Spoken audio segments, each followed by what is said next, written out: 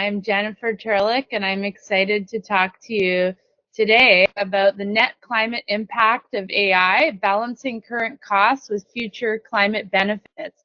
And as we're getting started, I'd love to hear from you in the chat. Where are you dialing in from? What are you interested in regarding this session? I would love to hear from you. So today I'm going to talk about an introduction to the net climate impact of AI, the climate harms of AI, the potential climate benefits of AI, and I'm also going to talk a bit about some of the methods, results, and discussion from my MIT thesis that I just finished up, and as Dimple mentioned, do a hands-on tutorial. So to start with my introduction, I wanted to share a personal story. So when I was living in Toronto, Canada, which is where I'm from, one day I woke up to this. The sky was orange and we weren't allowed to go outside. And at the time I was working in education and some kids were asking me, why can't we go outside? And I didn't really have a good answer from them other than the generations above them had kind of really messed this up for them. So it was then that I decided to pivot into climate and knew that that was the #1 priority for me going forward. And today I'm practice leader of climate and energy AI at MIT's Entrepreneurship Center, where I build, research, and instruct AI for climate and energy solutions. And I'm also finishing up my MIT Sloan Fellows Mid-Career Masters, where I did my thesis on net climate impact of AI and TA'd MIT's Climate and Energy Ventures class, which has had about 60 spin-out companies that have raised over $5 billion at this point. Before this, I was a climate tech venture investor, and I was also an entrepreneur, board member, mentor, and author and speaker, most recently at places like Davos, COP, and TEDx. But I'm really excited to be here with you folks today. I think there's a huge opportunity for you to make a big change. So as I mentioned to Dimple, this is one of my most important speaking engagements. So here's a bit about my thesis. I'm going to be covering a bit more about it, but it's on the net climate impact of AI. And I wanted to do this because I knew that there's a lot of talk in the media about how AI is having lots of costs for the climate, but there's also several events and pieces of media about how AI can provide benefits for climate, but I hadn't really seen something that brought together both. So I had the opportunity to work on this with Professors John Sterman and Harvey Michaels at MIT, and I've been doing some speaking about it since, and I'm going to be sharing some of the results of it with you.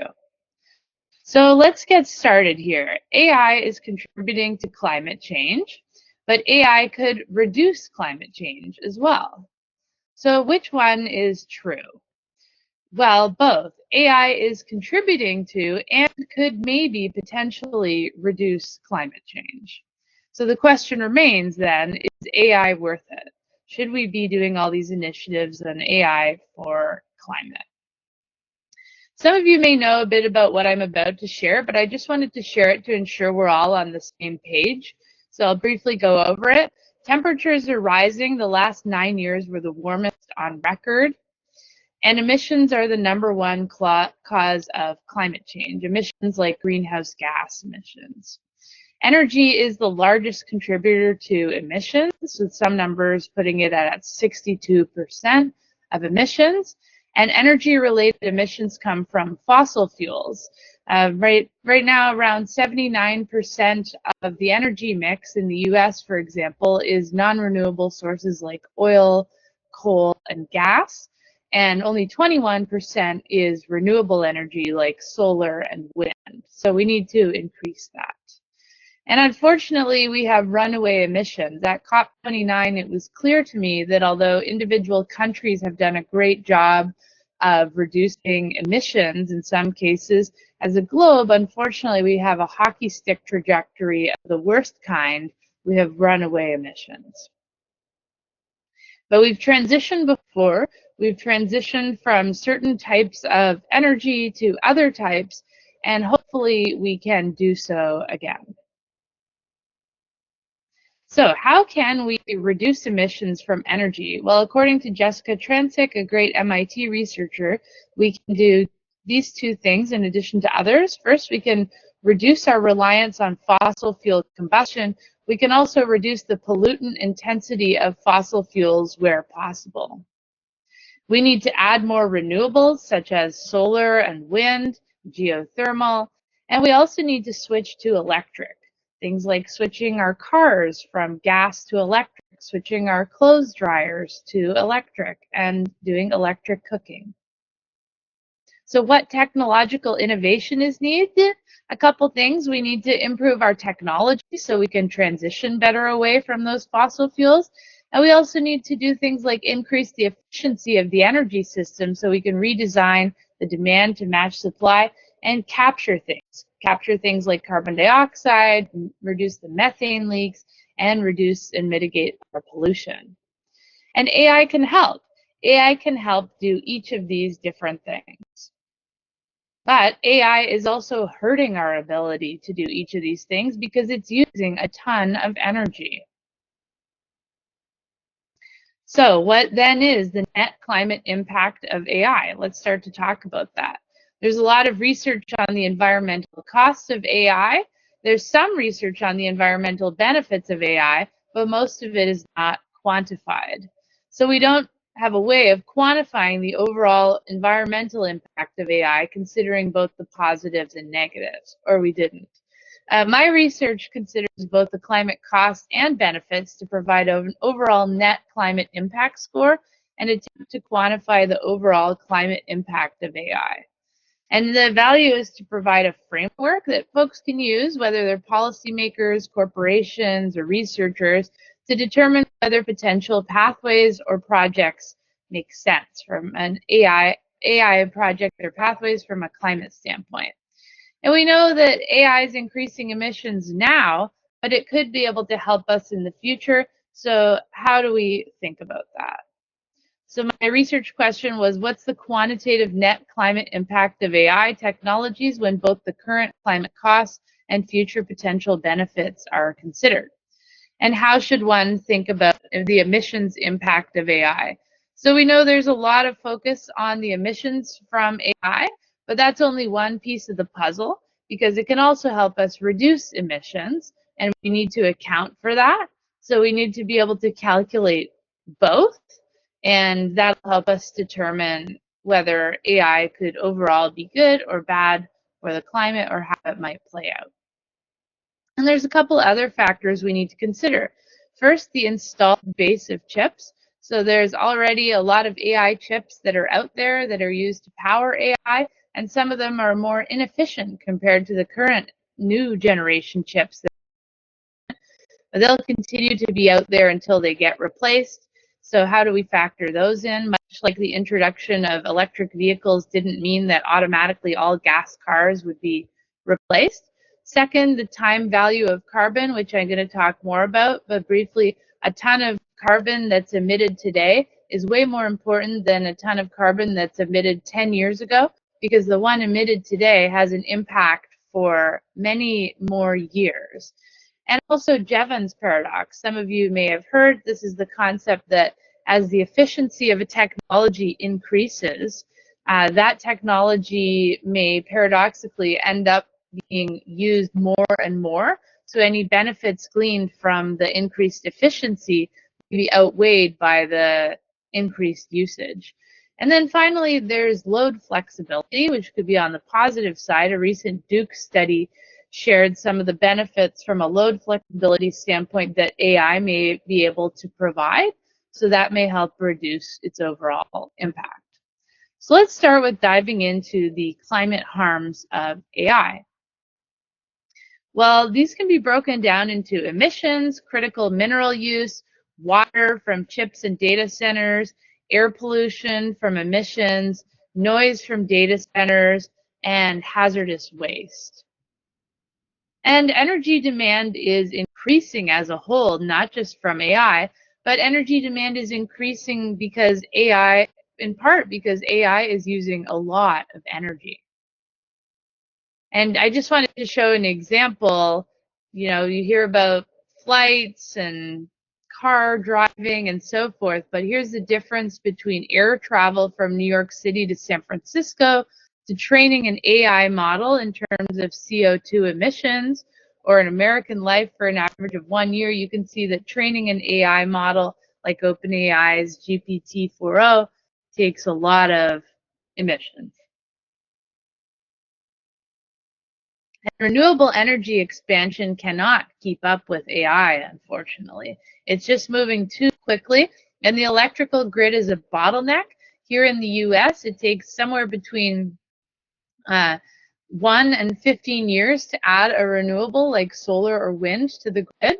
So that's just not long enough to, or it's not quick enough to keep up with the expansion of AI. And we have around double the amount of capacity waiting to be added to the grid in the US. However, although there's a lot of buzz about AI's emissions, it's currently a pretty small percentage of emissions. So various estimates put it at around 1.5% for internet and communication technology as a whole. But it's continuing to grow.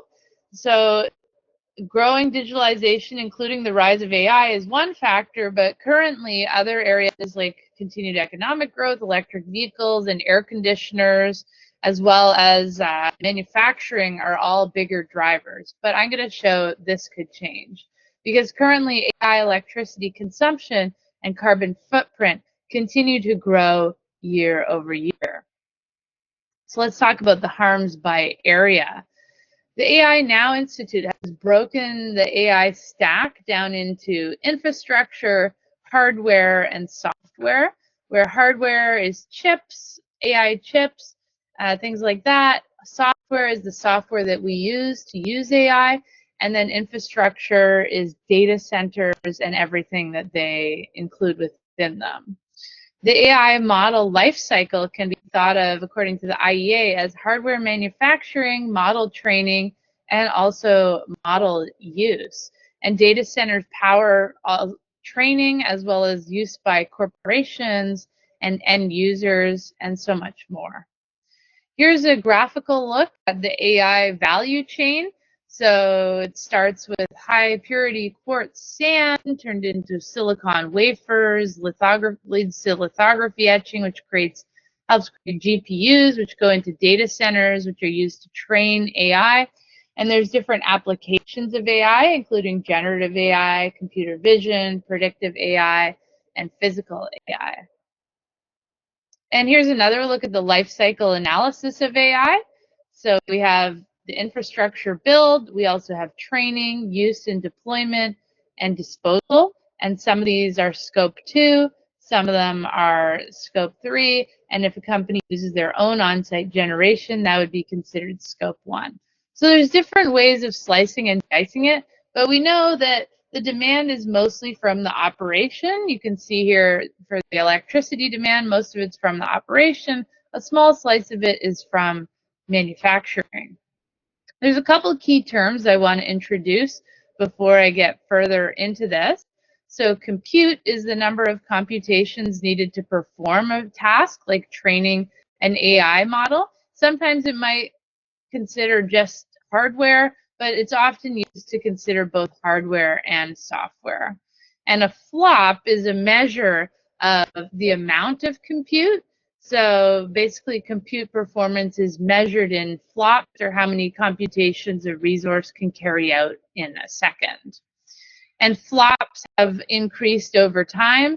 They've gone from 21.3 months to now the doubling time is 9.9 months. So really performance has increased a lot over time. In terms of hardware chips, AI, as I mentioned, operates on chips. And just to give an example, in the US, a campus from Intel produced about 15,000 tons of waste, about 60% of it hazardous. And it also consumed enough water to fill about 1,400 Olympic swimming pools and used a ton of energy. The chips also release fluorinated greenhouse gases, which can be 12,000 times worse than carbon dioxide, according to Yale. I'm not going to go over this in detail, but just to know that Google has a new metric they've introduced called compute carbon intensity, which is a way of looking at both the embodied aspect as well as the operational, and lower is better. So this can be used to include a machine's entire power and emissions, and is a great metric to look at. The energy intensity of chips has decreased a lot over time. The efficiency has doubled around every 2.5 to 3 years, and now modern computer chips that are used for AI use 99% less power as those that were used in 2008. So that is a huge decrease, but it's uncertain how much this can continue. Recently, Google came out with a new TPU, tensor processing unit, another name for AI chip, that's 3,600 times more efficient and performant than some of its older chips. So hopefully we can see more, in performance improvement like that. But we know that there's so many chips that are still in use that are not efficient. So even if we make new chips, how long will it take to replace those, like the replacement of gas cars, like I mentioned? Then there's software. So the training process for an AI model alone consumes enough power to power about 120 average US homes for a year, which is a huge amount. And training compute is increasing exponentially, as you can see here. Not all models are created equally. So we can look at, for example, OpenAI's GPT-3.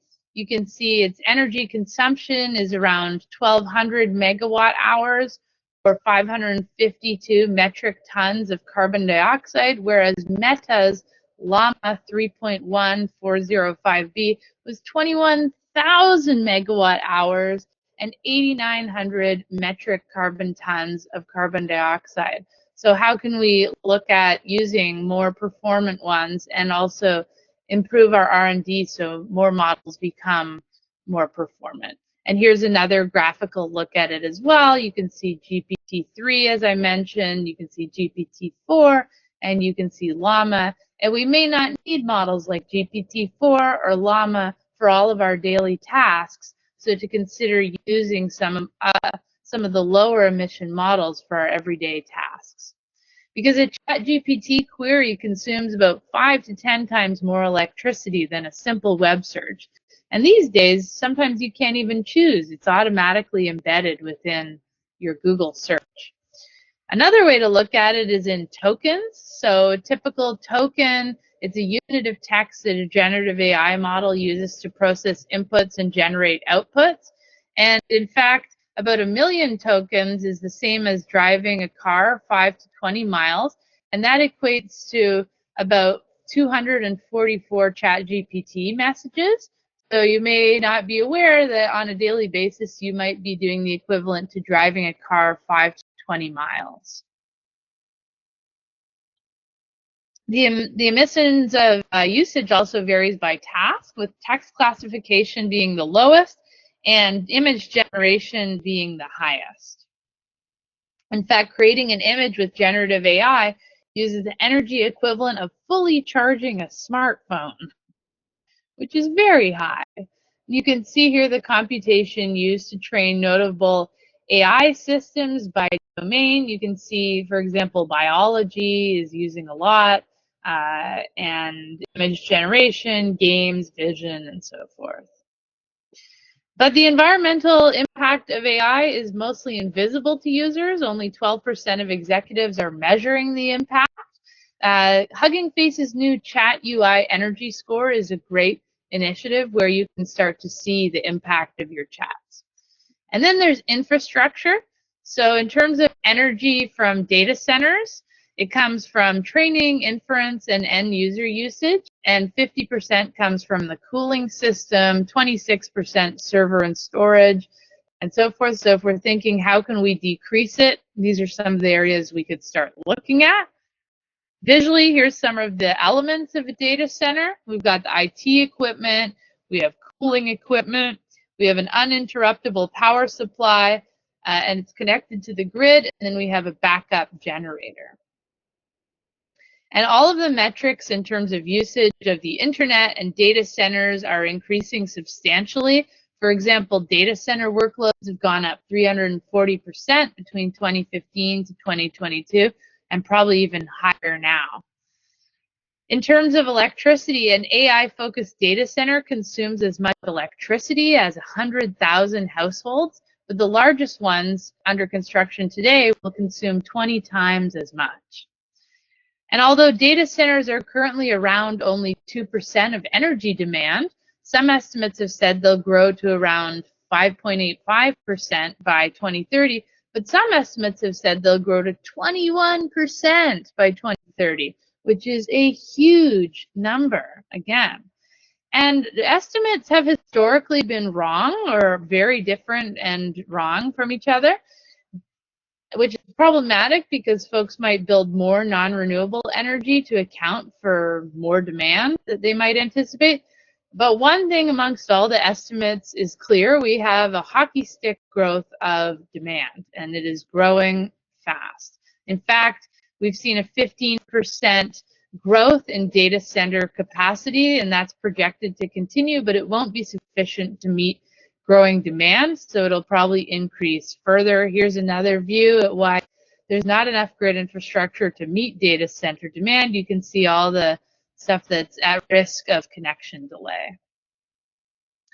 And just as a scope, you know, the electricity consumption of data centers would have made it the 11th largest consumer on a country basis between Saudi Arabia and France, but by 2026, it's going to notch up to 5th between Japan and Russia.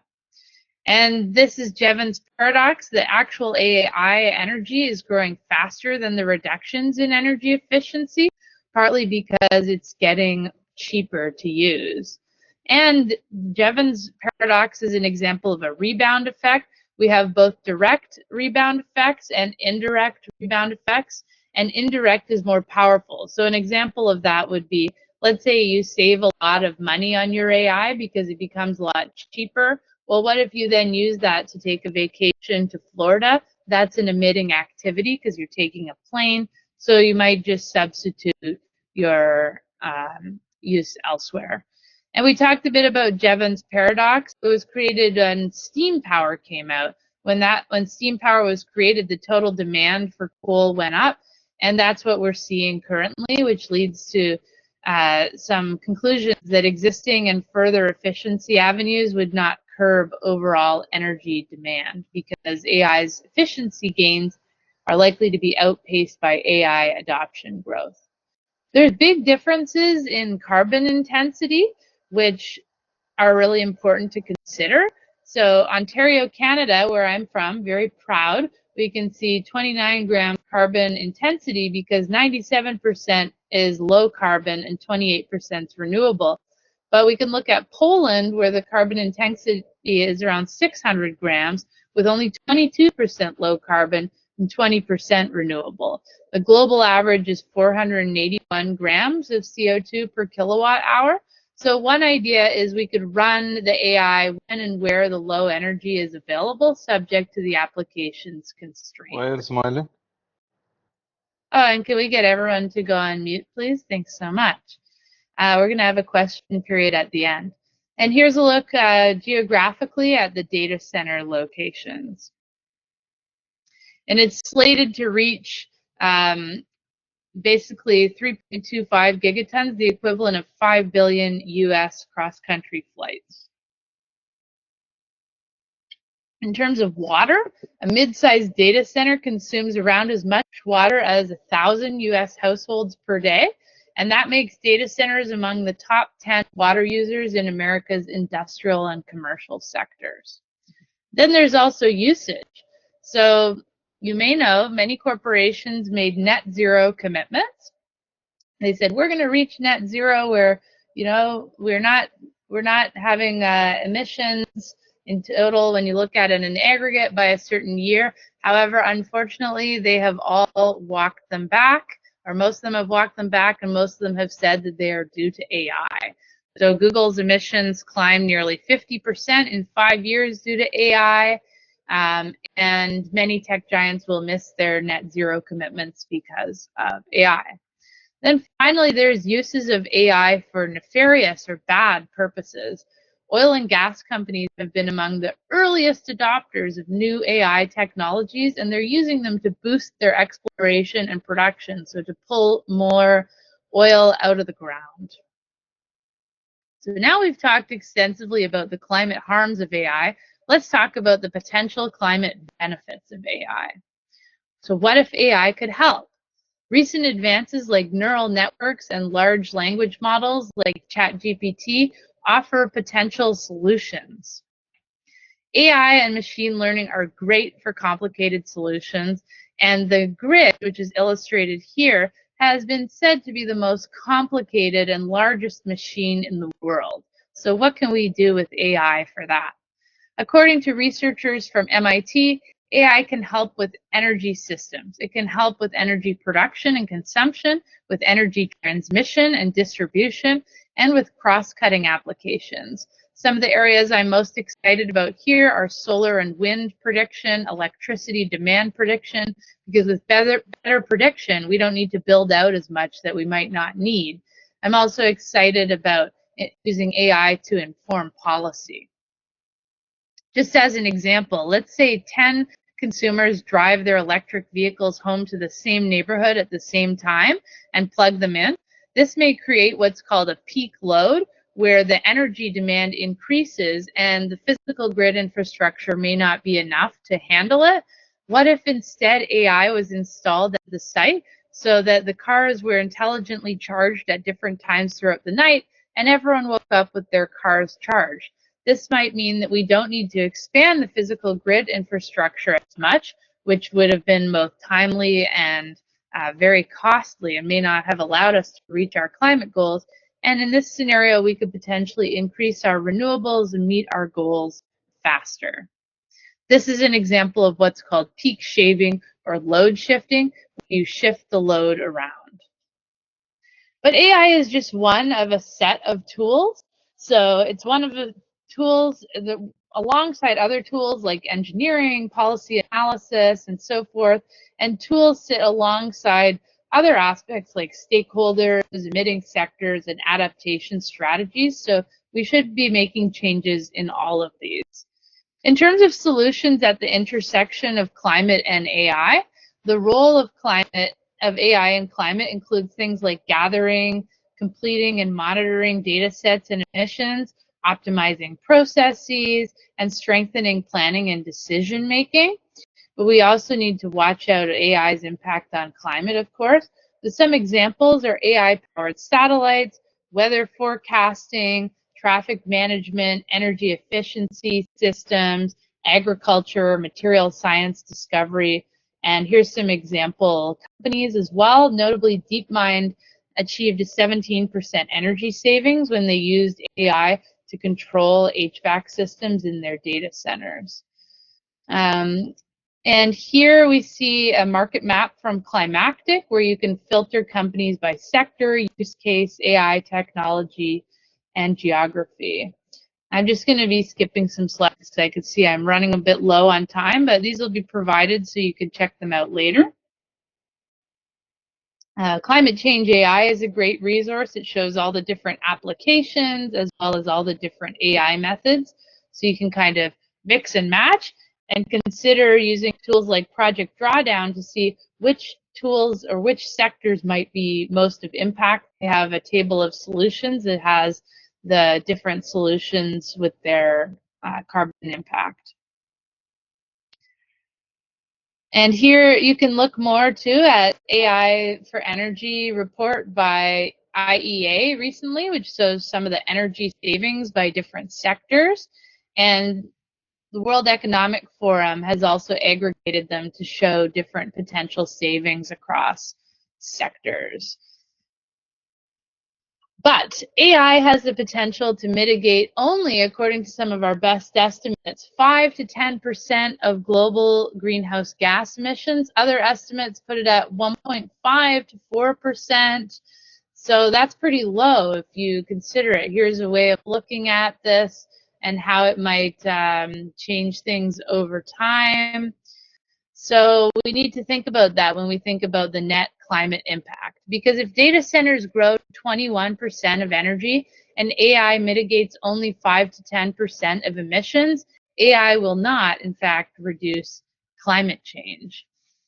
And the IEA has done some good work towards this, but in their case and in my case as well, there's a lot of huge amount of uncertainty. And in one case, they showed where it could reduce emissions. They've noted that there's currently no momentum that could ensure the widespread adoption of those AI applications. And we also need to think about the time value of carbon. As I mentioned, a ton emitted today is not the same as a ton emitted a number of years from now, because the carbon could stay in the air for so much longer. But there's a line of thinking that building AI might help us now, but the fact is emissions might happen now and the benefits could happen later. So how do we think about trade-offs? This is an illustration of the time value of carbon, where if you have emissions now and potential reductions in the future, the warming is higher when the emissions reducing action is delayed. So AI would increase emissions in the short run, but could reduce them by the same amount or higher or lower later. In the near term, though, the extra emissions raise the temperatures, and the lower emissions later start to reduce them, but the warming is higher throughout, even if the later emissions are the same. So you can see that here, and I have it explained a bit more in my thesis.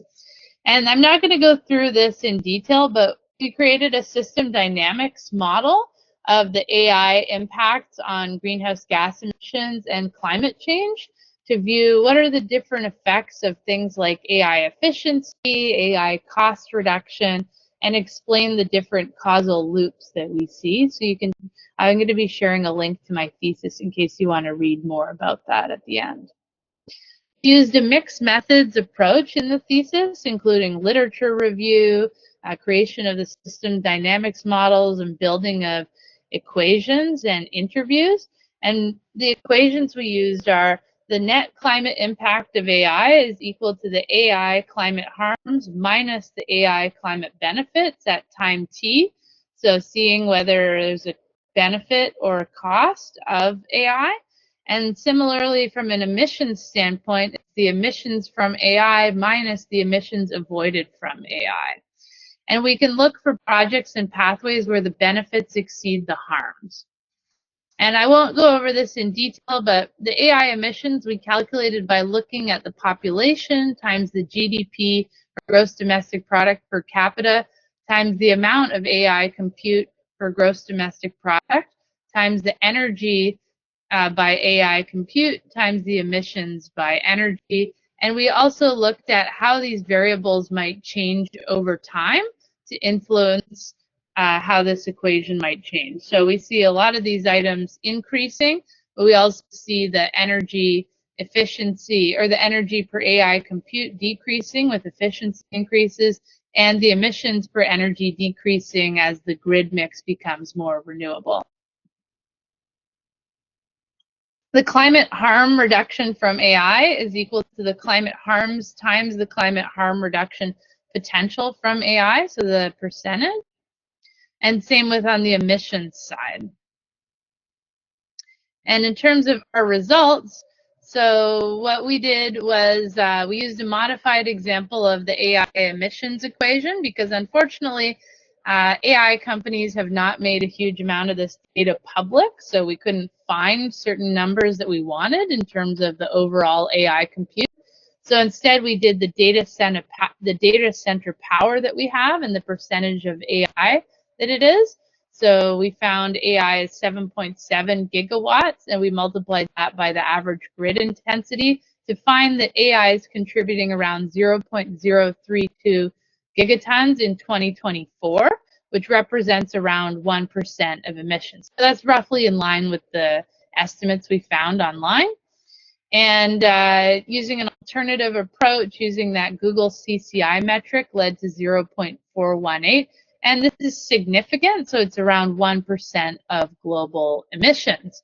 And then taking the climate benefits, we used an estimate from Microsoft and PwC, which used rebound effects and other aspects to calculate a potential of 1.5 to 4% reduction in emissions from AI's benefits by 2030. So 2024 is halfway between that, it's 0.75 to 2%. So multiplying that across leads to a benefit of 0.28 to 0.75 gigatons reduction potential. And overall, this leads to a range of an emissions impact benefit from 0.26 to 0.72 gigatons, or 0.23 to 0.69 considering the installed base. So, oh, sorry, I think I wrote this a bit wrong, but it's from a emissions impact benefit of 0.26 to an emissions impact harm of 0.2 gigatons in 2024, or around that. So basically, a range from a harm to a benefit, so it's hard to quantify. And the exact numbers, again, I'm sorry, I think I mistyped them here, but the exact numbers are in my thesis, and to know that this approach has limitations. We can only speculate on what the amount of AI usage will be over time, and it doesn't include time value of carbon. That was outside the scope, so additional research is necessary. So if any of you are interested, perhaps you could consider picking that up. And we did a sensitivity. My thesis is open to read for all. I'm going to share the link at the end. There's a sensitivity analysis that we did where we see the worst case where there's no mitigation and AI increases emissions significantly, net zero impact where AI emissions exactly balances benefits, and then a best case where AI aids mitigation, where AI reduces more emissions than it produces. And in terms of the implications, so can AI help us come up with better solutions? We see that the estimated climate benefits with using AI are quite small at 5 to 10%. There's some marginal improvement opportunities, but even if AI has a higher reduction potential than this, there's many trade-offs. And when we look at it from a time value of carbon perspective, the conclusion might be to not use AI because it's speculative and people have been using machine learning for years without a marked reduction in emissions. But the fact is people continue to use AI. So we can look for opportunities for improvement in 4 key areas: hardware, software, infrastructure, and policy. And some recommendations, according to various researchers, are to make the software less carbon intense, same with the hardware, transition to renewables, leverage cooling to reduce waste and water usage, address the ethics, use the net climate impact score when considering AI projects, and use more energy efficient hardware and software. Also consider implementing carbon pricing, one of the strongest levers for reducing climate change if they haven't done so already. And I've heard about some companies actually implementing their own form of carbon pricing inside the company, which is neat. Require and regulate disclosure of environmental impact of AI and AI-related emissions and use. Support R&D focused on climate beneficial AI applications, focus on greening the grid, and enhance AI training and education. And researchers could also use the net climate impact score and push for sustainability metrics. And some recommendations have been shown that they could shave 10 to 20% off global data center electricity demand. You could also limit the amount of power available, rethink model training, and make the software and AI carbon aware. So in conclusion on this, let's look for the software to have positive climate impact that exceeds climate impact. Carefully consider our model usage and task usage, and also consider some various aspects for deep learning, like prioritizing computationally efficient hardware and algorithms, and follow best practices that could reduce machine learning training energy by up to 100 times and CO2 emissions up to 1,000 times. So we see there's both positives and negatives for AI for the climate. The climate harms are real. The potential climate benefits are pretty speculative. So we need to use AI very carefully and also need to make some changes to increase the benefits of AI Until then, we should regulate and limit the usage of AI. And if we don't achieve those efficiencies, we may not, AI will increase emissions, but if AI could help us, more, could AI lower emissions? Possibly, but maybe not because of the time value of carbon and rebound effects. So AI is a key part of climate change, but also a threat to our climate because it's so energy hungry, and we'll look for benefits exceeding costs. We can also look for projects at the intersection of AI capabilities, business value, and climate impact, and know that what we do matters. So especially for you folks, know that it's up to us. We have to steer AI in the right way, and we can't put up our hands and say, oh, it's up to the AI. We need to shape it and control it, and it's not too late to do that or corral AI to be what we want it to be versus what it wants. You can use tools like Code Carbon, Hugging Face's, Chat UI's Energy to measure your AI usage. And now let's talk about the tutorial. So just as some inspiration, a man with no coding experience built an app that's bringing solar power to Yemen. It's been downloaded over 60,000 times and used in thousands of homes to increase solar. So anyone can make something. And here's something I made that I'm going to show you something on how to make it. So this is an energy insights tool for consumers. A lot of consumers want to upgrade their homes, but they don't know how. So I made this using a no-code or low-code tool, Stack AI, so that people can put in what city are they in, do they rent or own, what's their budget and their utility costs, and they can see the relevant recommended upgrades. So I want to do a brief tutorial, and I also have a longer tutorial online you can check out in case you want to pause and watch the video. So if you are interested later, you could make a Stack AI account. It's free. But feel free for now to watch along. So basically an AI tool can be looked at in this way. We have inputs, like the user inputs, like the questions I had for the user. And then we have outputs where they see the recommended upgrades. In the middle, we have the AI. So in this case, I use a large language model, OpenAI's GPT-4o. And I also use the prompt to give it instructions. It said, take the inputs from the user and tell the user what are the best upgrades. So these three things here are considered sort of like a ChatGPT wrapper, like you could get similar info from ChatGPT, but that could still be valuable. But you can spice it up if you want, or add more proprietary aspect by adding data like an API, which is what I've done here, or a spreadsheet, and Stack AI allows you to do that. Here's a visual example of it. So you can see the inputs on the side, you can see the large language model, and then you can see the output, and then you can deploy it to the user so they can see it. Here's a more complicated one. This uses an API or an Airtable. And so the steps would be to think, what's your goal or objective? So I'll just give a brief example of climate-friendly vacation itinerary generator. You might decide on your inputs, like what is the location, days, and budget? What's the output, an itinerary and table format? Decide on the LLM model to use, write the prompt, wire it all up, and decide on a desired publishing format. And you could fill out a canvas like this. So I actually have an example of that here. Where is it? Yeah, so this is what it would look like in Stack AI. So I included the inputs, what's the location that they might want to go to, and I put in sample inputs. So they might say Hawaii, what's their budget? They might say 1,000. How long do they want to go for? They might say 7 days. So this is what it would look like when I'm creating it in Stack AI, and then it would be deployed in an easy to use format for the user that looks more like this, where they put in their answers.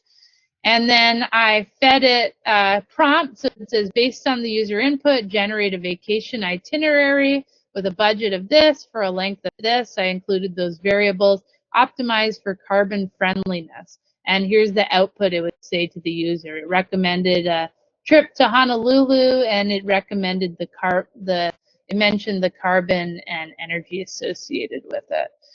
So that AI canvas is available to use, and I think we're going to open it up for questions. But I just wanted to mention, let's make our world a better place and work together to do that, because there is no planet B. And I've also included a QR code here, and we'll put my link in the chat so you can get free access to my thesis report on the net climate impact of AI.